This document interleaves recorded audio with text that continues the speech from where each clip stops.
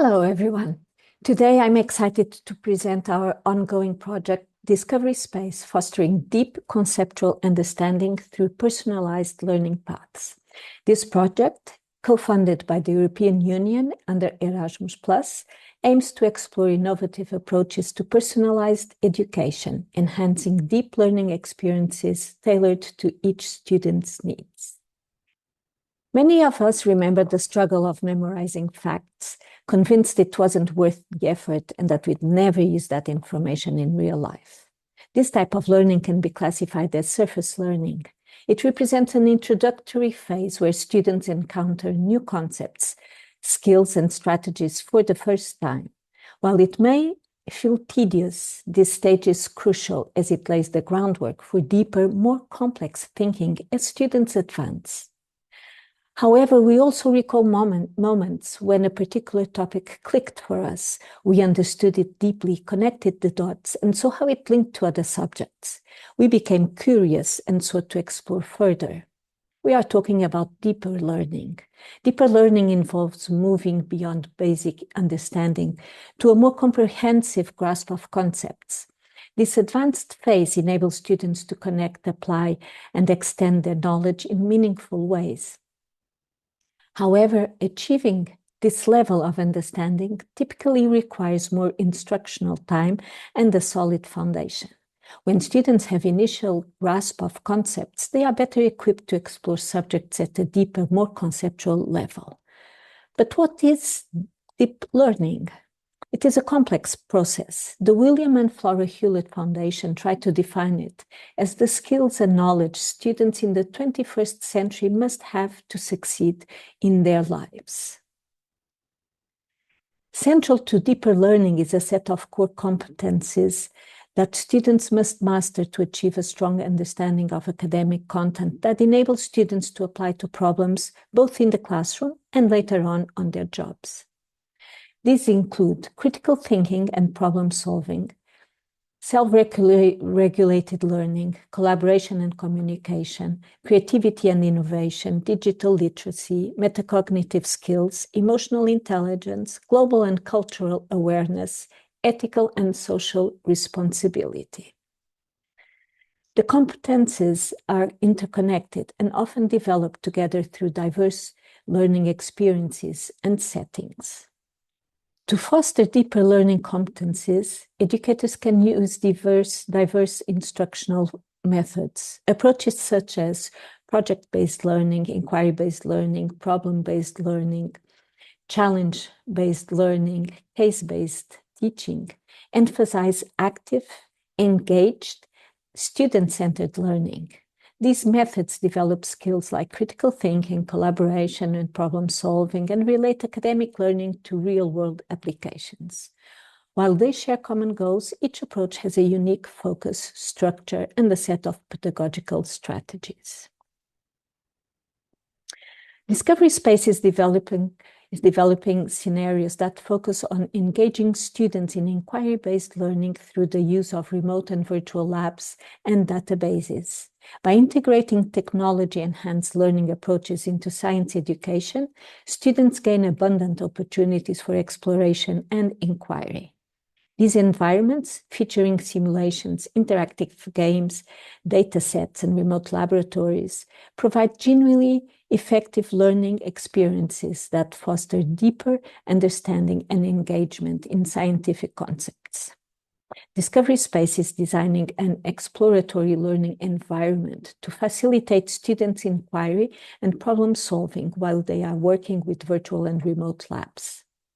This environment will be enabled with an AI-driven lifelong learning companion to provide the necessary support and guidance to the students along an individualized learning path.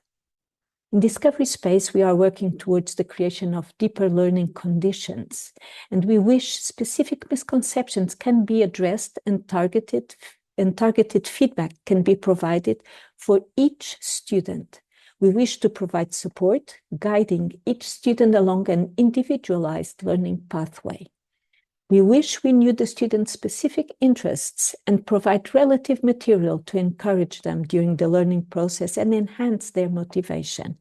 We wish to follow in real time each student's progress.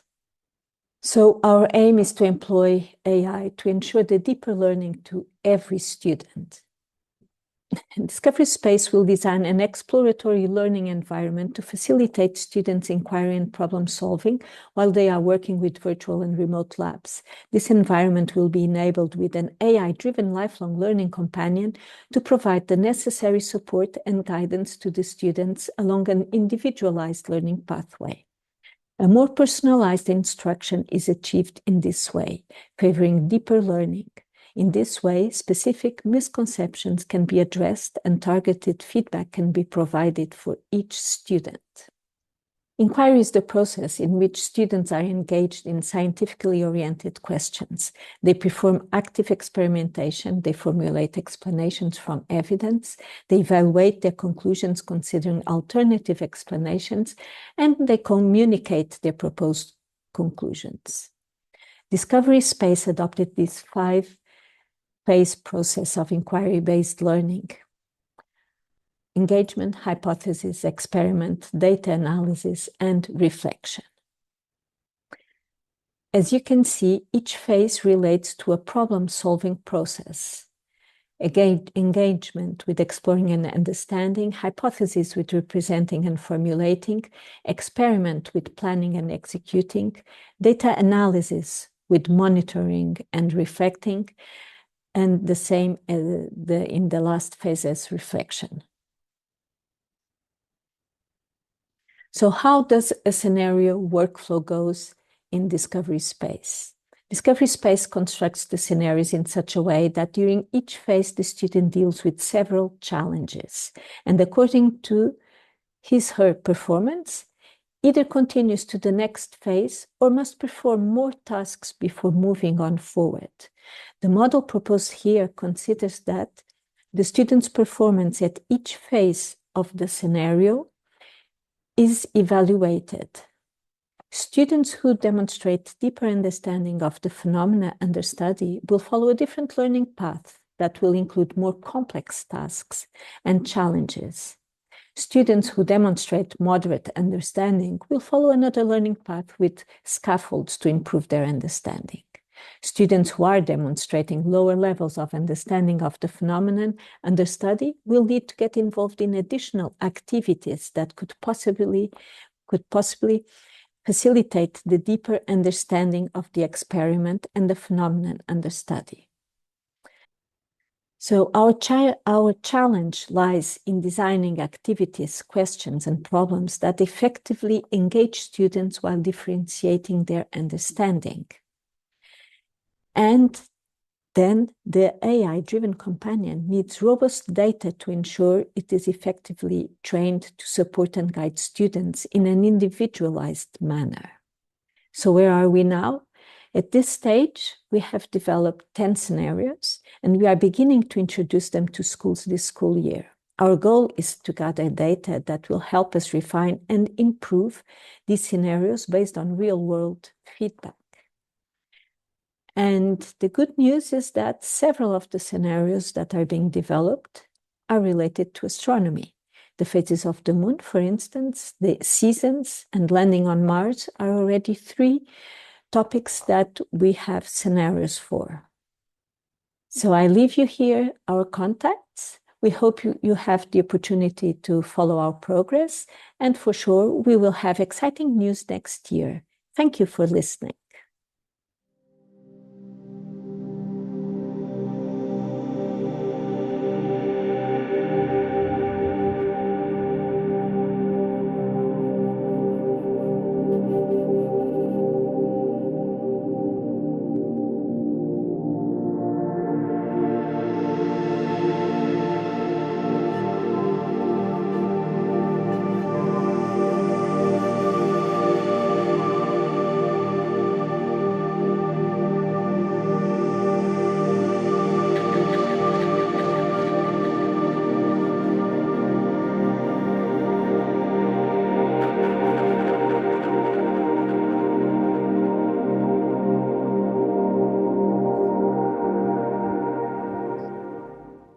Hi everyone, my name is Juan Ángel Vaquerizo and I'm part of the NIC Spain And I'm going to share with you some hands-on activities about astrobiology in this talk titled Looking for Life in the Universe. First, I'm going to talk with you about some general ideas about astrobiology, if you don't know what it's about. And then I'm going to share with you some hands-on activity that we are doing with the students in this kind of topics. Okay. So first of all, astrobiology is the study of life in the universe. It means that we are trying to understand about the phenomena of the astrobiology, the phenomena of life in this universe, and that make us to doing questions about the presence of life, not only in our planet Earth, but in other planets around the universe. So we need to start with some kind of hypothesis, a scientific hypothesis regarding astrobiology, and that's it, that life as a phenomenon is a consequence of the chemical evolution of the universe. So we are studying life from a chemical point of view. It means that for us, life is the result of the evolution of matter in the universe, not in all the universe, but in some local places as planets and moons. In this big picture, we try to explain about the evolution, the timeline of the universe, starting in the upper left part of the picture with the Big Bang, and then finishing in this only planet with life by now, planet Earth. So we try to understand how is it possible in the universe to create life in some specific environments. And this is done in a multidisciplinary approach. This is not only regarding biology, but also chemistry, of course, but also geology, physics, astrophysics, mathematics, engineering. So we need every single scientist in the planet to try to understand what is life first, and then if this phenomena, this life, it's possible outside our planet. In a very general point of view, we try to understand in a very integrated way about biological, planetary, and cosmic phenomena. It means that our level of focusing or zooming is from local, biological in our planet, then planetary, all the planets, all the environments in the universe, and a cosmic point of view. It means that we are trying to understand in the whole universe where the conditions can make possible for life to exist. We need to search not only for life, but also for habitable environments. It means that we need to know about the environments where life could exist, and we need to develop certain techniques to analyze this environment and to try to understand if life could be possible in that kind of conditions, in that environments. Also, the evidence of prebiotic chemistry. We know that in our planet, life emerged at one point in our past. So we need to know about the exact conditions in that moment for life to arise. So we try to search for these kind of conditions elsewhere, not only in our planet, but outside our planet. And then we need to know about the life itself, the evolution of life. We have a very, very living, evolved planet. So we need to know if there is another places with not so evolved life, or at least with life in the very, very, very early times of life. For doing that, we need to understand life itself, and then we need to understand the evolution of the universe. When is it possible in the universe for life to exist? Not in the beginning, because there is no matter at all. So we need to understand also that. And then we have the help of the techniques of the technology for doing space and planetary exploration. We need to know about the origin of the elements and molecules we are doing by matter, living beings are made by matter. So we need to understand the creation of matter first. Here we can see that the word CHOMS means all the chemical elements that are devoted to life: carbon, hydrogen, oxygen, nitrogen, phosphorus, and sulfur. All these elements are on our planet but are elsewhere. So we could think that it could be possible for life to exist everywhere because these elements are available for life. And that's a very, very important thing, because we could develop some searching techniques to understand environments outside Earth, to ask these environments if it's possible for life to arise. From molecules to life, we need to know also how it's possible for an habitable world, habitable place, habitable environment to develop life in these kind of places. So we need to understand these steps, from prebiotics synthesis, polymers, vesicles, protocells, and cells itself, and then all the diversity of life on our planet. The limits of life are also important. We know our tree of life on Earth, we know the terrestrial biochemistry, but we could ask for another kind of biochemistries outside Earth. And finally, technology for space exploration allow us to understand all these environments by analyzing on site these conditions. So it's very, very important for us, because this is a very, very, very important moment in humankind to understand about life in the solar system and outside. We have planetary explorers and also cosmic observers that are helping us to understand all of this. So I want to show you briefly some experiments that we can do with our students to let them understand, to let them know more about astrobiology, or the techniques, the analysis of environments in astrobiology. First of all is regarding life on Earth, to know about if it is life in a sample. So we can try to analyze a sample and try to understand if it's life present in the sample by extracting DNA. So this is a very, very common process, laboratory process in our schools. So we can do with our students this DNA extraction in order to know the presence of life, of cells in our sample. So we can make this process with students to make them understand about the real science analysis, how is the process, and the exact measurements and the analysis of the sample to be able to know the presence of life in our sample. You can see here this link, a video in Spanish, but it's very explained and it's very easy to follow. Or we can do a game live to try to understand the DNA replication. This is a very, very important process in life. The DNA replication, the information, the code information in our DNA's molecule, it can be replicated.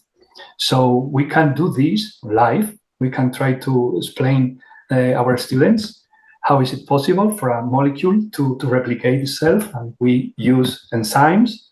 This is the unzipper one, the initializer, the gluer, and the builder. These are the real names: helicase, polymerase, primase, and ligase. And we can do that live with our students, like a game, by using people instead of nitrogenous bases, and also by doing the hands to replicate bonds, phosphorus bond and hydrogen bond. And we can do this like a game, making the enzymes also people that know how to do it, how to open the string first, how to put together the different pairs of bases, and then create the two streams to replicate the first string, the initial DNA molecule. So this is like a game, and it's very, very, very interesting to do it with people. Here you can see with colored caps to simulate the bases, and then with a string to do the phosphorus string in the DNA. And here you can see the result, the two streams. And this is very, very interesting way in which students can feel how it the DNA replication is done. It's very simple. We can do also impact craters, simulate impact craters to make students understand about the creation of this kind of features in the rocky surfaces of planets and moons. And we can try to make them understand the study of the composition of the different layers. So we can know more about this kind of environments and the possibility of life to exist in this kind of environment, because we know how to analyze the composition by analyzing these features, these craters. We can try to simulate these real ones by ourselves using flour and small balls, and we can try to replicate these craters to make them understand simulate, to create the model, the explanation model, to try to understand what is going on. Regarding water on Mars, it's very important for life. Water, we know a lot about Mars, and in the landing sites and also in the surface, we discover features regarding the presence of liquid water in the past. So we can ask for why there is no liquid water now on Mars surface, and we can do some easy experiments by using hot water, not boiling water, but hot water, and a syringe. And by opening the syringe, and we can make, as you can see, boil the water, but not because of the temperature, but because of the dropping of the pressure. So we can explain students that on Mars surface now, the lack of atmospheric pressure is the reason why there is no liquid water now on Martian surface. And finally, we can study also other worlds. So we can do activities regarding exoplanets. We know a lot of exoplanets because we have a big amount of space telescope and ground-based telescopes discovering a lot of exoplanets. We know about the new family of exoplanets, super Earths, Neptune-likes, gas giants, hot Jupiters, X-sized, and so on. So we know a lot of them. We have a lot of images of these exoplanets, but these images are fake. There's no real, because there's no information about the composition of the surface, but only the size or the density, but not these colors. So this is fake.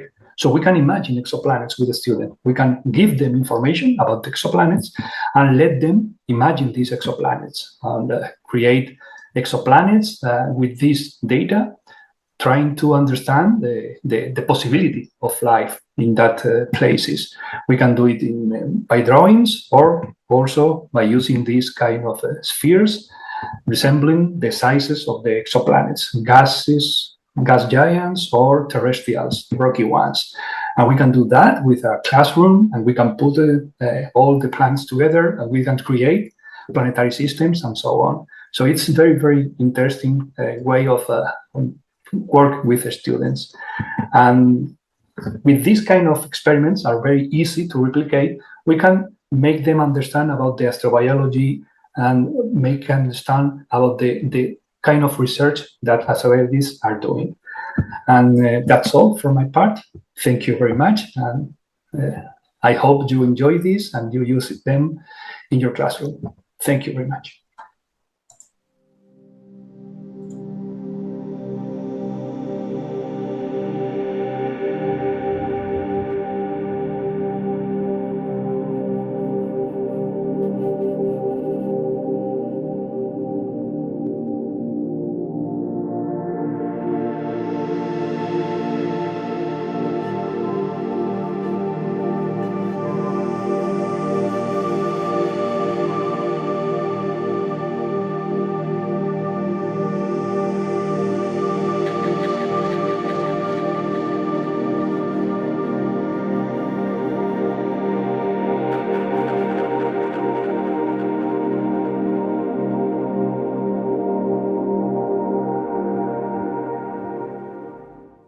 Hello. It's a real pleasure for me to present this new Erasmus project called Astro Journeys. Astro Journeys will start has started now in 24 and will end in 2027. I will present why we needed this project, how it's going to happen, and who is in charge of this project now. And finally, when we are going to create those journeys. So why? Everybody here, I guess, in the audience, aims to introduce astronomy in your class, but the usual problems that teachers says are that it is not in the curricula, that we don't have time to do again another topic, or that I'm not an expert in astronomy and I cannot answer students' questions. So basically, astronomy is too complex to be used in school. And last but not least, there are too many or sometimes not enough activities when we scroll on Google. So we can answer quickly those first questions. We need to introduce astronomy in our class because there is astronomy in almost all curricula, and that has been proved by the work by our colleagues, Alimpour and colleagues. Okay, but this is not enough. And still, astronomy is complex. We can argue that some topics are simple, but it's just an argument and it cannot convince. And again, it's true that there are too many or not enough activities. Too many is because if you scroll on Google, you can see a lot of them, and not enough because very few will be related to what you want to teach to your students. So one way to do, and it has been done now for many years now, is to create this community of actors for astronomy of education, and that's why we are here together for this workshop now. And two tools provide a glossary. So now it's finalized in English and it's going to be translated. It has been translated in Italian and will soon be translated in French and maybe soon other languages.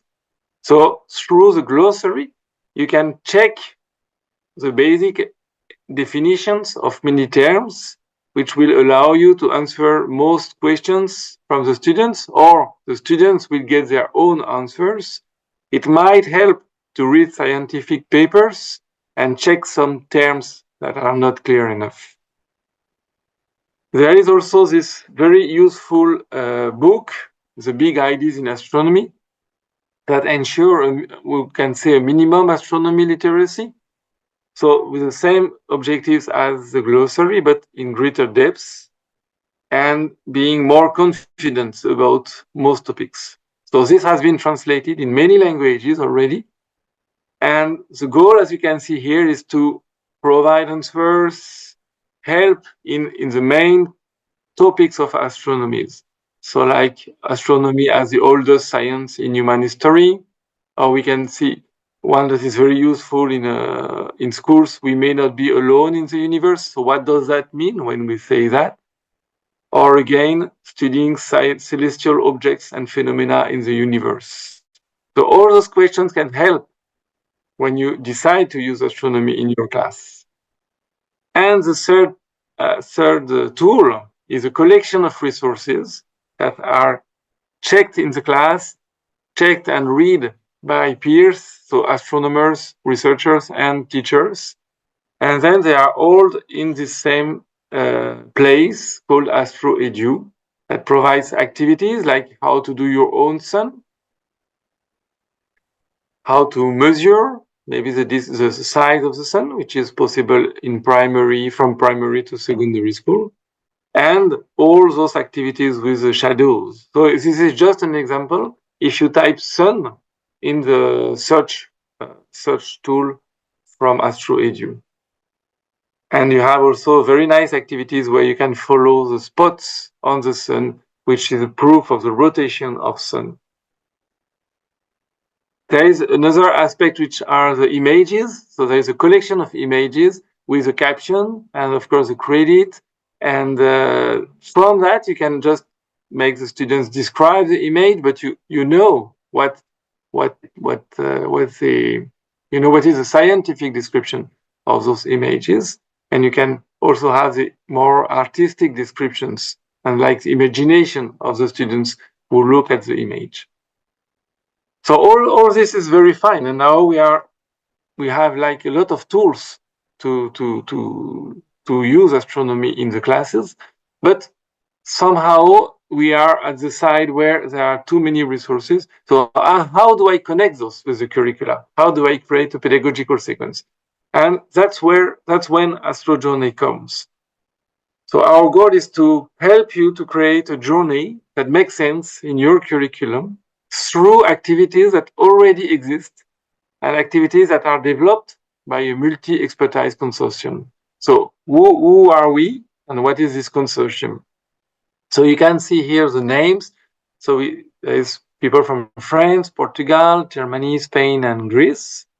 And it's a mix, as you can see, of association, of observatories, of universities that provide expertise both in science and math education, in astronomy research, and astronomy education, dissemination, and so on. Two specificities are the software SALSA-J, it was created by the Hands-on Universe team, and the use of robotic telescopes. So now, with all those resources, our goal is to create first a kit of resources. So we will check and compile the useful resources and check how they are designed according to an inquiry teaching, and also about inclusion. And then we will correlate those activities to the curriculum and to the big ideas of the different countries. So with this resource, before June 25, our goal is to create a platform with all those tools, activities, and how to use SALSA-J, how to use a robotic telescope, or some other resources that are needed.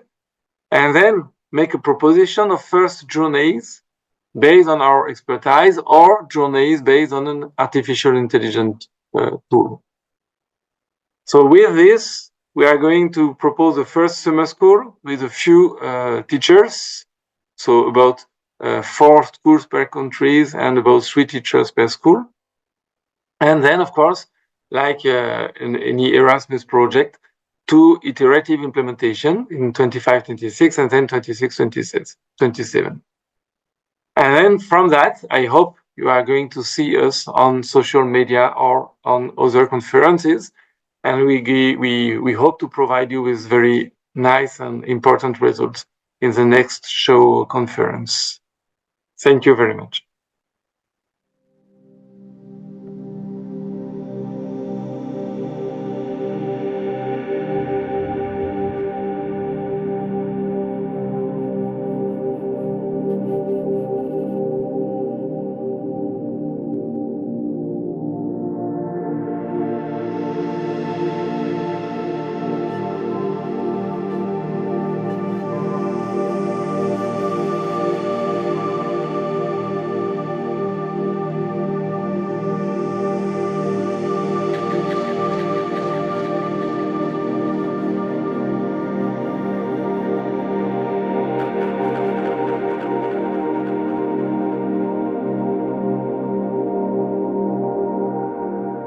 Hi, my colleagues.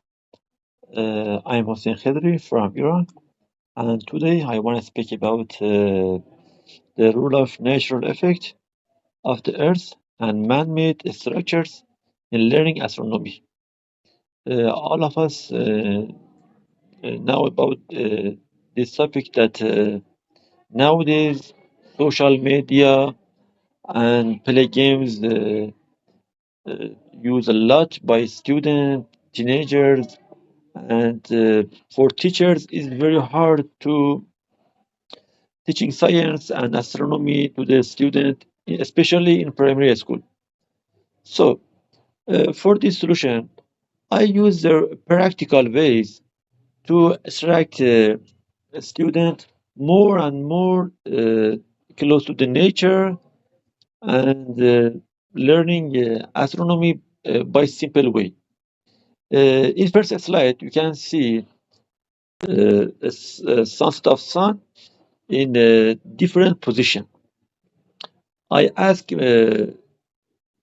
student to capturing the sun 1 week before autumnal equinox and the day in autumnal equinox and 1 week after that, because in Iran the school is start in exact in the autumnal equinox.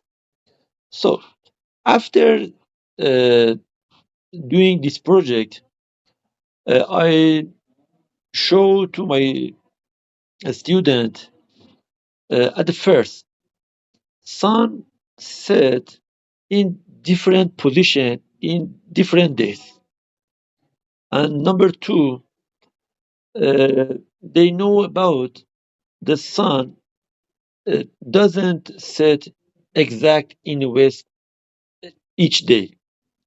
So they learn finding the west and east by a simple way, by simple instrument, and some of them use mobile of their parent.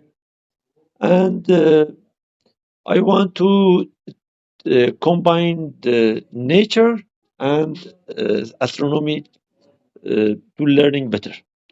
In next slide, I want to show you finding the planet and knowing more better difference between planet and stars. I divide my student in different group, and for example 3 or 4% in one group, and one of them write the numbers, another person's capturing, and another you can see in this photo measuring the angular distance between two objects in the sky. In this photo you can see my student calculate the angular between Venus and Moon, and by this way I want to teach them it's so easy to calculate angular distance in the sky by your fingers, and by teamwork you can learn more and more about their sky. In next slide, it's very interesting, astronomy and our celebration. In Iran we have two important celebration, and number one is winter solstice.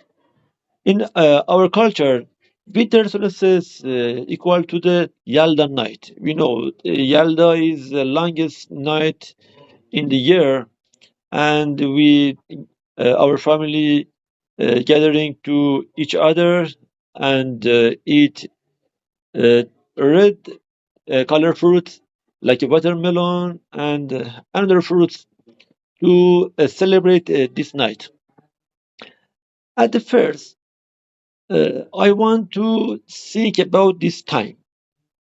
And in a second step, I want to teach them connection between our celebration and the astronomy in the past, now, and future.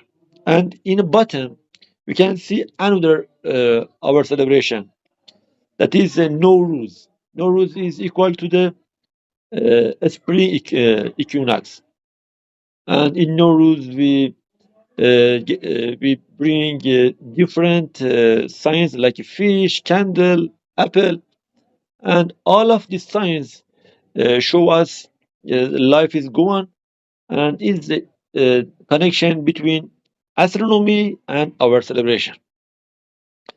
And in the next slide, you can see my project that I Okay, next slide. Yeah, you can see my student. The name is Zahra, and I ask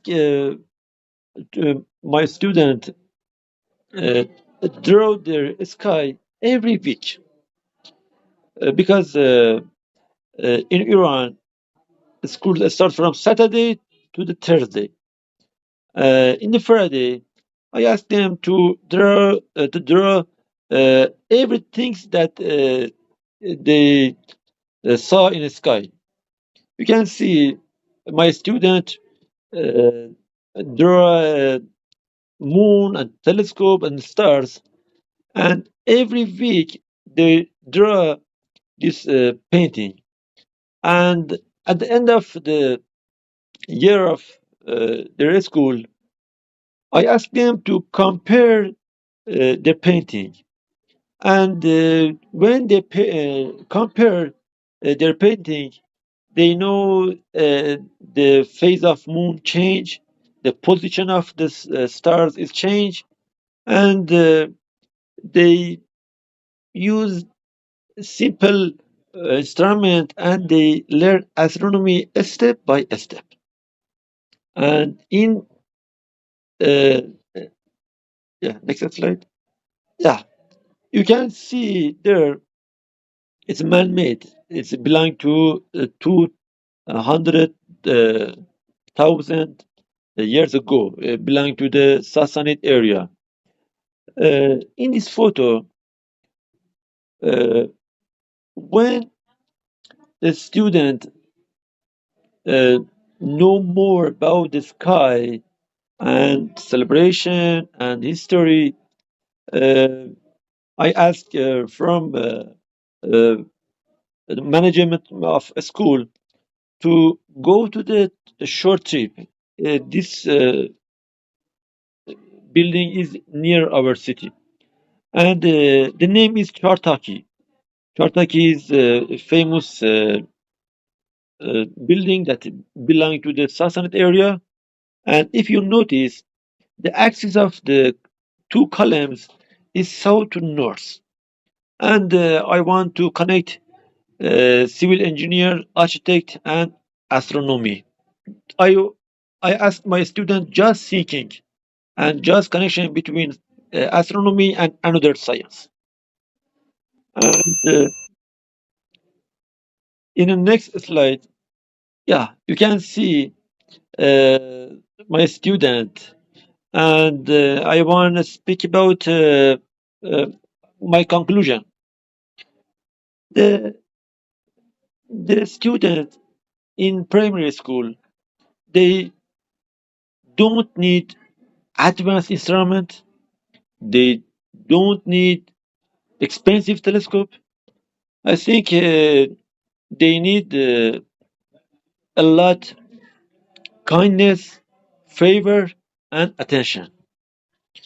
Uh, by this way, we can uh, teach astronomy to them completely easy. And when uh, in summer I see my student in city in uh, different places, their parent told me, "Yeah, this Friday we draw the sky together." You know, I want to share my experience to one children, but the children is agent of a family. By this way, uh, our way is spread and is help us to learning astronomy in easiest way. Thank you for learning my word and listening to my word. Thanks a lot.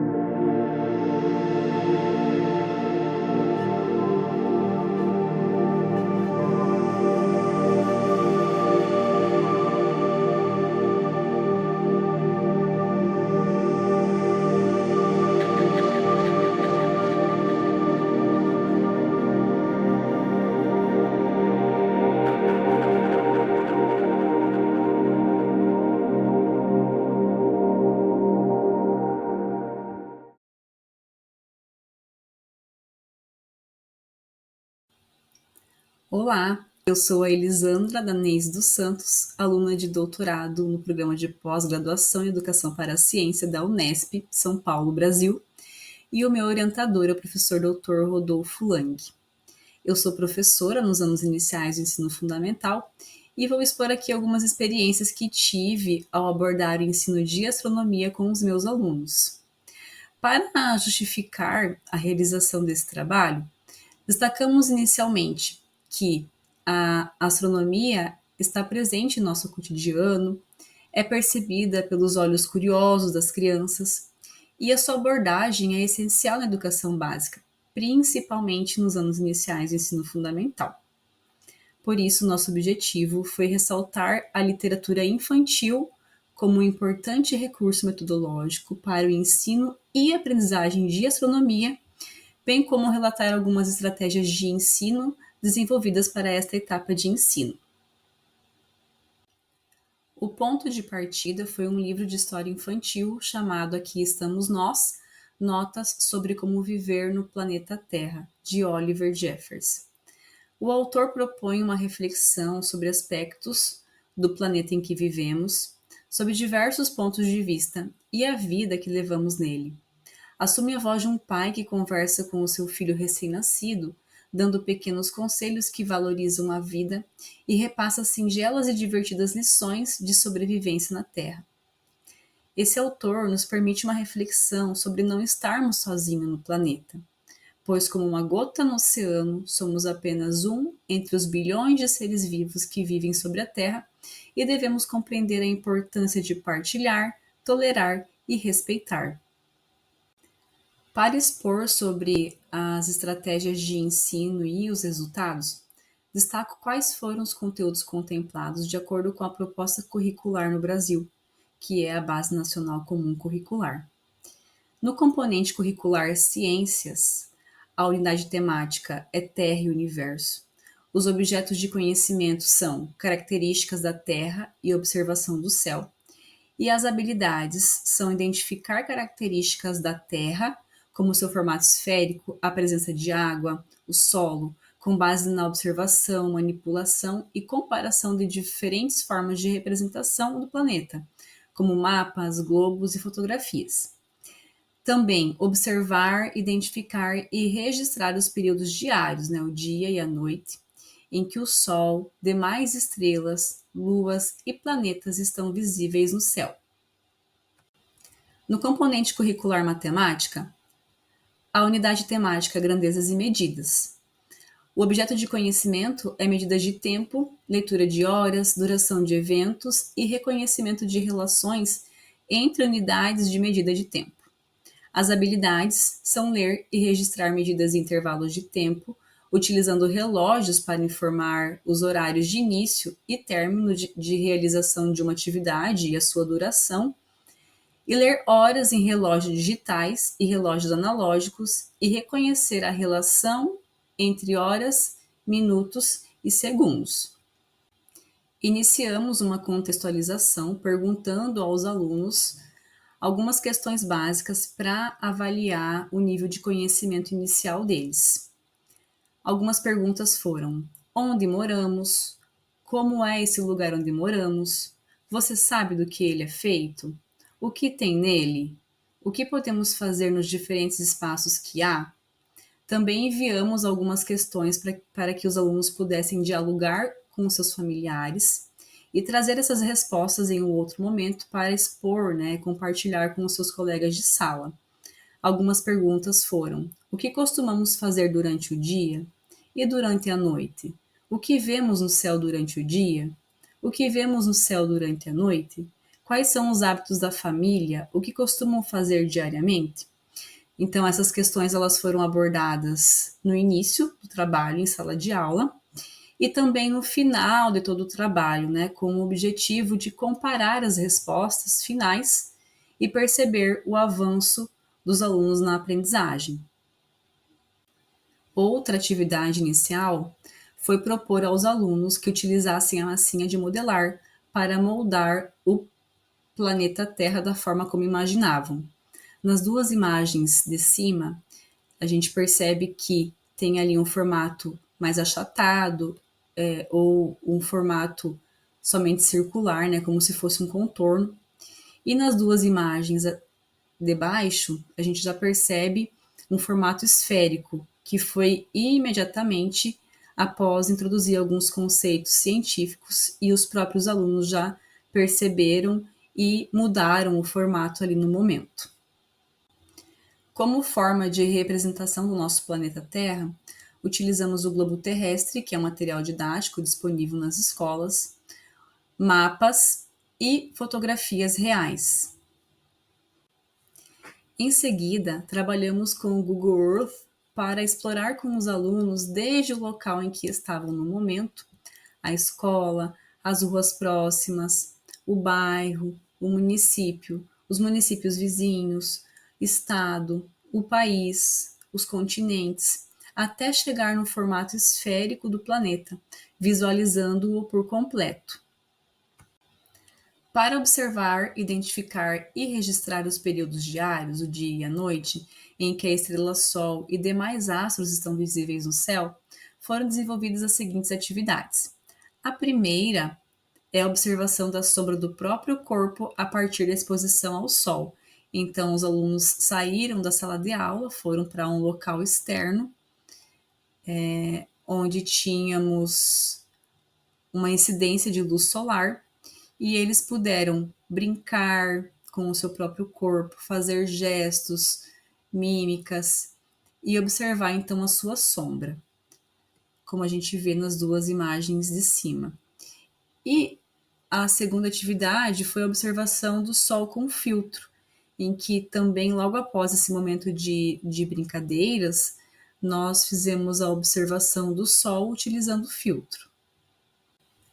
Em um outro momento, fomos novamente para a área externa da sala de aula, um local em que tínhamos incidência de luz solar, e os alunos em duplas fizeram marcações com giz no chão. Eles circulavam a sombra do colega toda vez que fazíamos a observação. Então, durante o período da aula, foram feitas várias observações e os alunos puderam perceber que a sombra, toda vez que fazíamos a marcação, ela mudava de lugar. Com isso, nós introduzimos o movimento aparente do Sol e o movimento de rotação da Terra. Na sala de aula, deixamos o ambiente escuro, utilizamos uma lâmpada para simular a luz do Sol e o globo terrestre, fazendo o movimento de rotação da Terra e explicando para os alunos o dia e a noite. Para relacionar com os conteúdos de matemática, fizemos uma visita até a praça central da cidade, onde há um relógio de sol. Com essa observação, podemos fazer relações com os períodos do dia, o uso do calendário, a duração de dias, semanas e anos, a utilização de uma medida padrão para marcar o tempo, que são as horas, e interpretar situações problemas a partir de situações cotidianas. Avaliamos que as atividades foram bem apreciadas pelos alunos, pois foram propiciados momentos de brincadeiras e descontração que diferem do perfil normalmente vivenciado na escola, que é passar grande parte do tempo dentro do espaço da sala de aula. Por isso, nós concluímos que a literatura infantil é um importante recurso metodológico que contribui no ensino e aprendizagem não somente de ciências e astronomia, e sim como uma estratégia de ensino para introduzir e auxiliar na abordagem de diferentes conhecimentos. Além de favorecer um trabalho interdisciplinar, ela possibilita ao aluno a construção do conhecimento com o prazer de ouvir histórias, realizar descobertas e relacionar com o que observa diariamente.